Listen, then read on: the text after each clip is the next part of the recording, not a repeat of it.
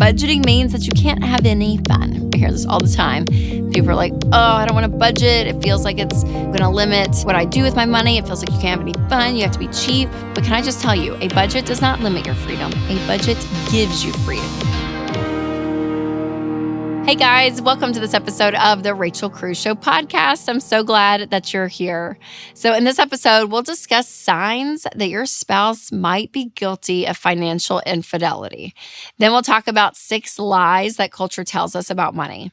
But first, let's chat about why stores are changing their return policies. Take a listen.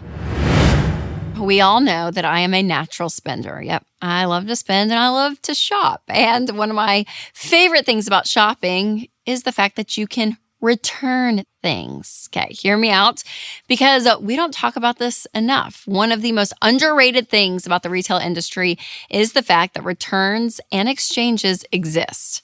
Now, obviously, we should always be intentional about our spending and, plan out our expenses. But on those days where maybe we slip up a little bit or have a little impulse purchase, we can always change our minds or make a return, right? Wrong. Oh, y'all, are you ready for this? So apparently, our favorite stores are now cracking down on returns. Some companies are just changing the details of their policy, like limiting the amount of time that you can bring things back or marking certain items as final sale. And some are actually charging people fees or even keeping a certain percentage of their original payment for restocking costs. Hurts my heart. But here we are. So today, I'm going to give you a friendly heads up, and be sure to let me know in the comments if I've missed any of these sneaky return policy changes. Let us know below so we can all figure this out together. All right, first, let's talk about why stores allow people to bring back merchandise in the first place. So if you've been around here for more than 5 minutes, you've probably heard me talk about the power of marketing. From BOGO deals to reward programs, if it ever starts to feel like retailers are doing you a favor out of just the goodness of their hearts, you're probably falling for a marketing tactic. And at the end of the day, stores are businesses, so there is strategy behind everything that they do. And this is also the case when it comes to return policies that seem too good to be true. So to prove it to you, I have a story about one of my coworkers who's a big fan of anthropology. She's so bougie, we know. Now listen, for years, Anthro's return policy was one of the best in the game. You could literally bring back clothes without a tag that had clearly been worn and that aren't even in their system anymore, and they would still give you your money back as long as you had proof of purchase. And one time, my coworker was turning a sweater that she had bought almost 2 years prior, and she point blank asked the cashier, "Why do you let people do this? This is insane."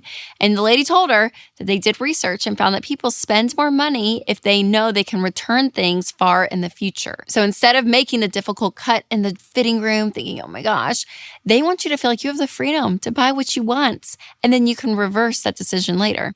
She also said that when people return an item, they almost always turn back around and spend that original amount plus some there in the store. So for example, let's say that you returned a $98 sweater. Well, the person is more likely to put $98 they just got back from that store into the store again. It's like girl math. It's like, oh, here's a sweater. Oh my gosh, I just made $98. It's like free money. I mean, unbelievable. I'll just go to Anthro and just keep shopping. So companies will do anything just to get you into their store because they know that they're going to come out ahead. But even Anthro has changed their return policy recently. Unbelievable. So this brings me to 6 return restrictions that you need to know about. Number 1, shipping costs not refunded. So online shopping has been really popular the last couple of years. This is probably my favorite. I love just to browse online. Then you just buy something. It's great. I did this the other day with some Walmart dresses I saw. But there's a trend that stores, again, are feeling the cost of having to ship things to people and the delivery costs and everything, and they're not getting to keep the profits when you make all those returns. But if you're paying for shipping, make sure you are aware that you may not get back the cost of that shipping there if it doesn't work out, right? So you're spending that extra $7, $8, and if you go and just take everything back, well, you've lost that money. Number 2, the restocking fee. So alongside with shipping costs, stores are now experiencing an increase of labor costs For all the workers, they now need to handle all these returns from online sales. And it's a lot more work to process returns of large quantities. So they're having to, again, pay people to be in the store to do that. And so that money is going to be back on the customer for them to pay as well. Number 3, return fees. So 81% of retailers have implemented a pay to return policy in 2023. Y'all, that's a huge percentage.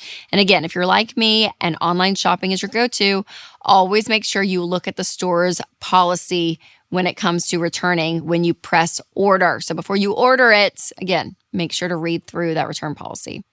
Number 4, shortened return windows. I've experienced these because along with all the fees and stuff, some of those stores are now adjusting the window you're able to bring money back. So if you've ever shopped at a local boutique, you probably noticed, they give you 10 to 14 days to bring it back. And now bigger stores are implementing that too.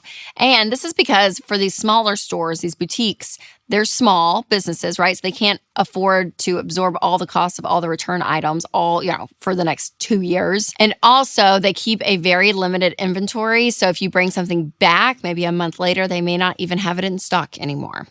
But now know that this policy is filtering to larger stores like we talked about. So expect it. All right, number 5, store credit only. So if you think about that same small town boutique that we just talked about, well, chances are they also have a store credit policy. So again, more and more companies are using this option to ensure that even if you change your mind on something, the money you originally paid them still gets to stay with them. So it's not a total loss for them. All right, number 6, discounted items are final sale. So always make sure if you're shopping the sales section that you look, because some stores will have it like on the tag, for instance, but they don't verbally have to say out loud that it is a final sale. So make sure, again, you look at everything when you're buying, especially in person, to see, okay, is this a final sale or not? Because if it is, no returning for you. All right, the bottom line is this. Inflation isn't the only thing affecting our shopping lately. Yeah, just like you, I have to be intentional when it comes to our money. And again, companies, they're having to do the same thing. And so to make sure that you're always prepared for the true cost of your shopping and spending, I highly recommend having a plan. And the best way to have a plan with your money every month is a budget. If you have not downloaded EveryDollar, make sure to do this. Go to everydollar.com/Rachel and create your budget completely for free. And you guys, a budget gives you such peace of mind. It honestly makes all the shopping that we're talking about even more enjoyable because you know how much you have to spend. So do a budget if you haven't yet. Hey guys, it's Rachel Cruz here to tell you about a faith-based alternative to health insurance that can make healthcare more affordable. Christian Healthcare Ministries. CHM allows members to share each other's healthcare costs, and it's as easy as 1, 2, 3. Step 1, choose the healthcare provider you want. Step 2, submit your eligible bills. And step 3, get reimbursed. CHM members take care of your eligible medical bills. With no networks and the freedom to choose your healthcare provider, CHM is the best option for Christians who want to take care of their families and help other believers. Find out more at chministries.org/budget. So recently on the Ramsey show, we've gotten so many calls about financial infidelity. And what this can look like is everything from like a spouse hiding something, or even another spouse calling in and being like, I don't have access to our accounts and all of this. Like, it's just crazy. Like the whole money and marriage thing can be so dysfunctional. That's why I hope that we can bring some function and healthiness to this topic. Now, this topic does come with a small disclaimer because I'm not here to make you paranoid about your spouse, that they're keeping secrets and all of this, okay? And I'm not saying every single thing we talk about that you can like pick it out and be like, oh my gosh, something bad is happening. So everyone take a deep breath.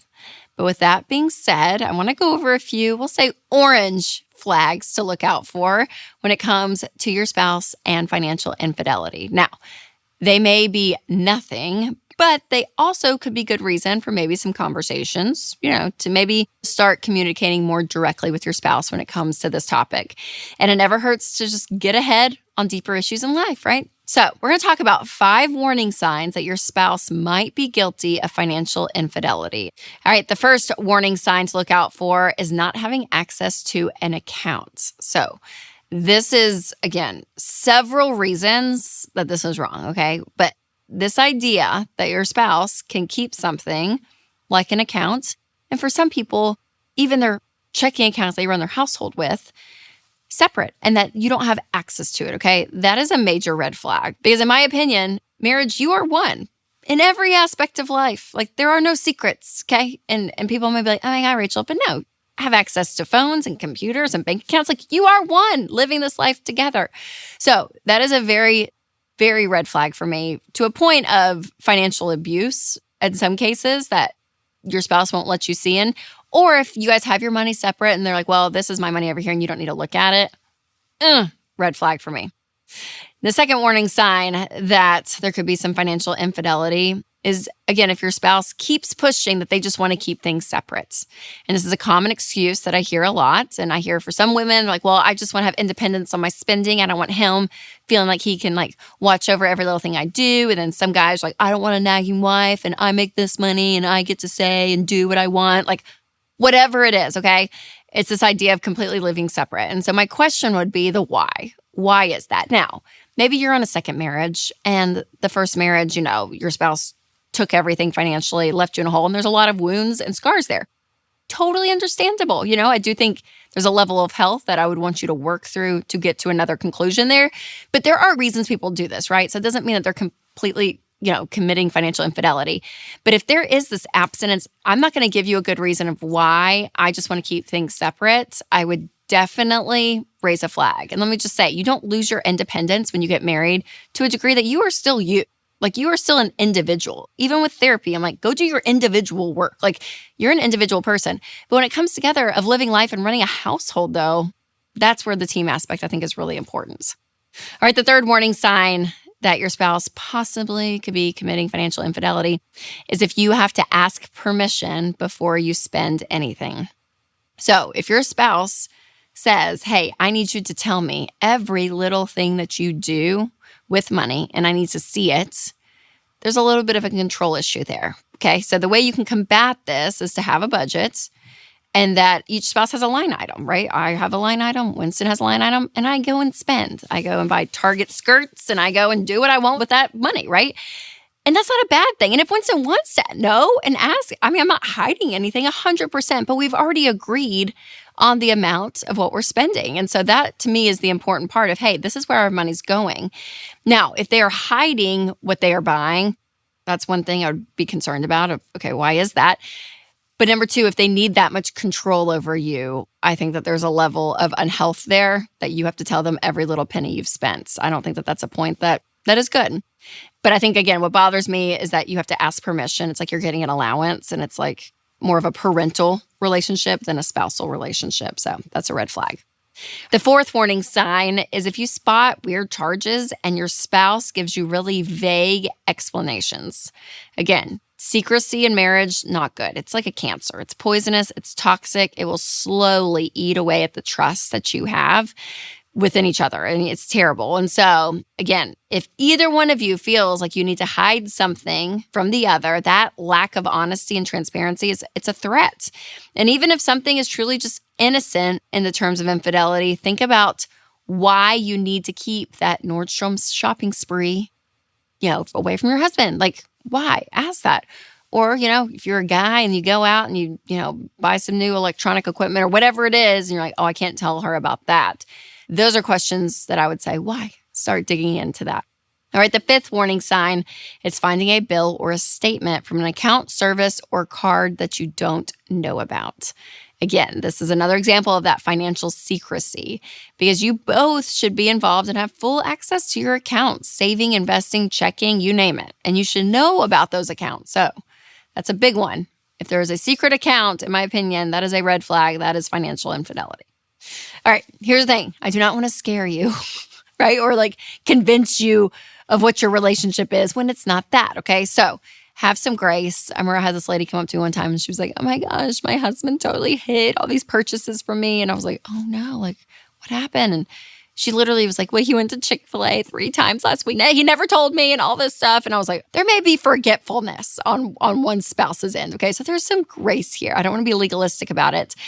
But here's the reality. Money continues to be a common conflict within marriage. So I want you to be on guard. I want you to stay ahead of miscommunication. And if mistrust starts to build up over the long run when it comes to money, it's going to seep out into other areas of your marriage. All right, I want to share with you my number one tip for married couples and what you need to do together when it comes to your money. And that is Financial Peace University. So this is our 9-lesson course. And if you and your spouse have not taken this, sit down together and just binge the videos. Be able to say, hey, we have done this together. We are on the same page. We are using the same language around money, the same plan. It's a really amazing thing.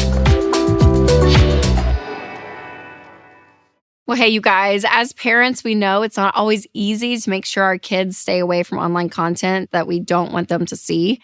So let me tell you about a solution, and that's True Play Games. True Play is one app with lots of entertaining, faith-based games, videos, and more, all created to help reinforce biblical values and build character. There are no in-app purchases, no chat rooms, and no ads, meaning no unpleasant surprises. True Play turns screen time into stress-free time for mom and dad. Go to trueplaygames.com/Rachel now and get 20% off an annual subscription with promo code Rachel20. That's truplaygames.com/Rachel. So do you ever feel like you're constantly just hearing what you should and shouldn't do with your money? Well, trust me, there is a lot of noises out there, a lot of messages. So that's why today I'm going to be debunking some money myths and just some straight up lies that our culture tells us when it comes to money. So I have 6 lies that I'm going to tell you about. I'm going to tell you the truth and also give you practical tips so that you can have control when it comes to your money. All right. Lie number 1, budgeting means that you can't have any fun. I hear this all the time. People are like, oh, I don't want to budget. It feels like it's, going to limit what I do with my money. It feels like you can't have any fun. You have to be cheap. But can I just tell you, a budget does not limit your freedom. A budget gives you freedom. It gives you the permission to spend money, okay? So listen, you go out to dinner and you're like, yeah, we're having a great, date night. This is so fun. And knowing how much you're going to spend on out to eat money that month, you're able to be like, okay, how much do you want to spend tonight on this dinner? And again, some people are like, oh my God, that's so boring. Just YOLO, go have fun. But what it really does is it takes away second guessing. It takes away guilt spending because you have been intentional and you have a plan. So there's no more shame of this uncertainty of, waking up the next day and being like, oh man, was that too much? I don't know. If it's in the line of the budget, then you can spend it. It's a really beautiful thing, okay? So budgeting is one of the things that, again, for everybody, I want you to do. A budget is your income for the month minus all of your expenses, including giving and saving, should equal 0. And the other thing is, you guys, your budget can change throughout the month. You can be like, oh, well, we're not doing this much in this category. We're going to lower here and up here. You get to decide. And that's the beautiful thing is you have control over your money. All right, lie number 2 is that you have to have debt to survive. Okay, listen, debt is everywhere. It is normal. This is what everyone does. And the other thing is that everyone, according to statistics for the most part, is struggling financially. There is this correlation. When you have debt, you have car payments and student loans, and you're chasing these credit card points and paying off the bill or not every month. And it's all these payments going out. That is your hard income. And your work, what you make from working, is going out to support all these other entities in life and not your own, okay? So there is a freedom when it comes to getting paid and that money just staying in your account. And then you get to decide where that money goes. And usually, if you're wise, you're like, okay, we're going to spend some of that. We're going to give some of that. And we're going to save and invest. And then when you get to that point of investing, then your money starts making money on its own, which is a beautiful thing. And you're doing that for yourself and your family, not for banks and not for, Toyota Motor Company over there. So it is an amazing place to be when you are debt-free, not only mathematically speaking, but also from the emotional side. When you don't owe anyone anything, it gives you more options. It's a really beautiful thing. Now, tactically, if you are in debt, you want to start paying it off. You want to get a $1,000 emergency fund first, and then start paying your smallest debt off first. Pay minimum payments on everything. Don't get behind, but start attacking that smallest debt, which means you may be taking that budget that we talked about in lie 1, Cutting some things out, it may mean taking on an extra side hustle for just a period of time just to get some extra cash flow in to get it paid off as quickly as possible. All right, lie number 3, I'll finally be happy when I can buy blank. And if you have said that, I have said that. Yes, it is a human cycle that we just like subconsciously believe where you're like, oh my gosh, I need, those new jeans from Abercrombie this season. Those are so cute. Like that will complete my life, or, oh my gosh, if I could just have this thing over here, oh, that would make me feel better. And that's just, I want that. Like these like subconscious thoughts that we have when it comes to stuff is unbelievable. And then the problem is when we believe that that stuff is somehow going to complete us, that somehow we are not full and whole. And if I have this thing or wear that thing, live here, vacation there, suddenly I'm going to change. And that's just not the truth. You are who you are until you decide to change. And that's self-work. And that is doing stuff on the side. Has nothing to do with what you buy. And so there's a level of contentment that is so powerful. In fact, I think contentment is one of the most powerful principles out there. Godliness with contentment is great gain, is what scripture says. And that is true. You have such gain in life when you are content. There is so much more joy in life when you are content and you're not just in this rat race chasing the next thing. So it's a beautiful thing to master. It's more of a heart issue there when it comes to contentment.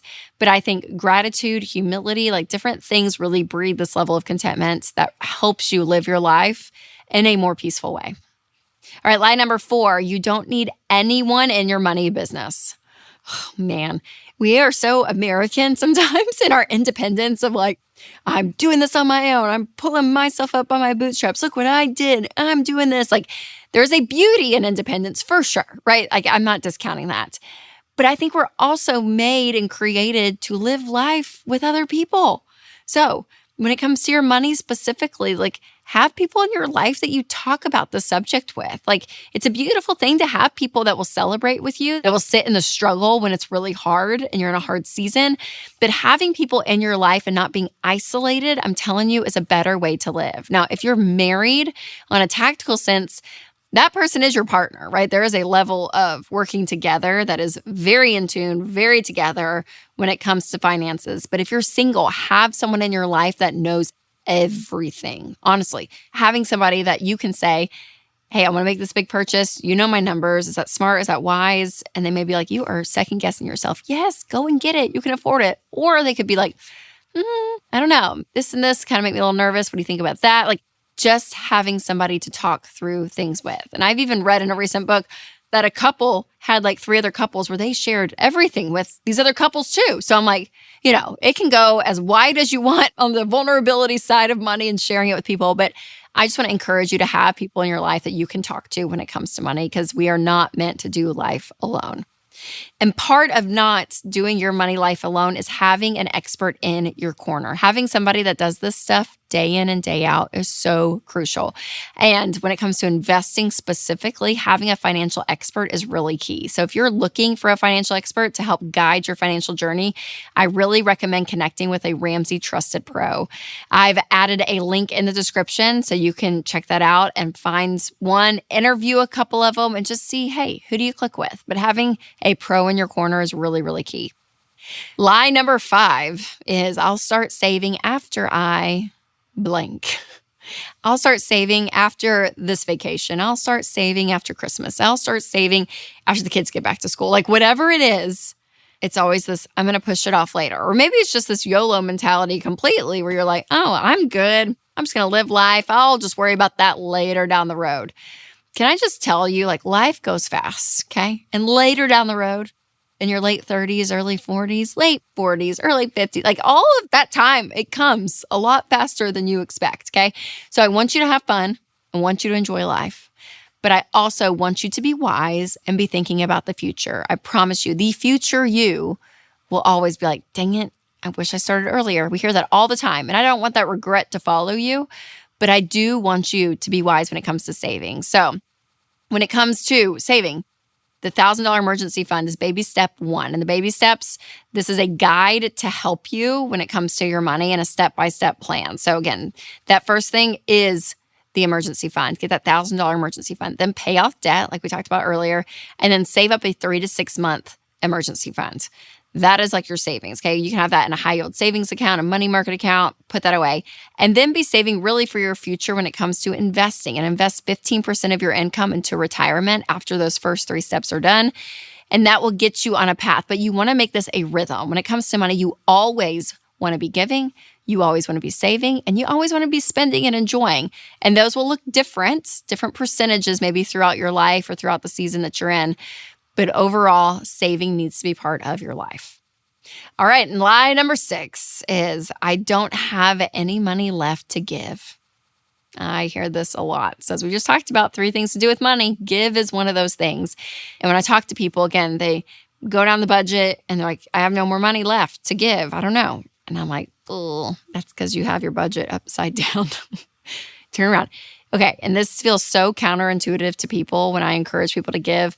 But if you are on a financial journey that you create the habits, you create the mindset that it's just all about you, or I would even go and say all about just your family, like when it's just so tunnel visions, right?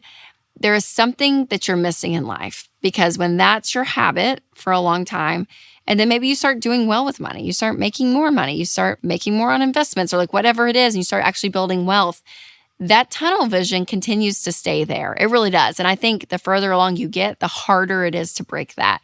And what you miss out on when you're not giving is you miss out incorporating other people, other areas of life into your life. And when you live with an open hand, there is a joy that comes beyond you, beyond even your immediate family.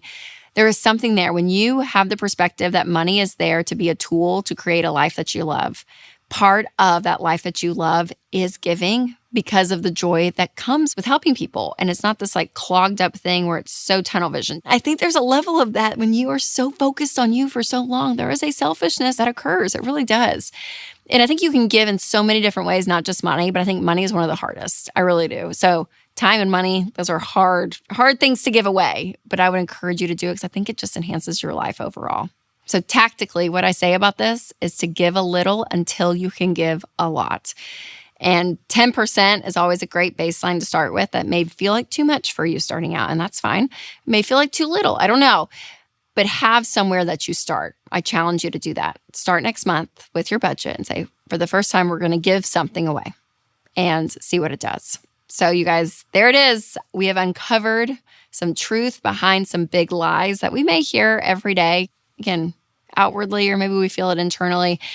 But getting to this point where money is a tool to create a life you love is what I want for you. And I think you have the ability to make wise choices, not just following the crowd, but I want you to have peace and freedom when it comes to your money. So again, focusing on the truth, you guys, when it comes to your money is so, so crucial.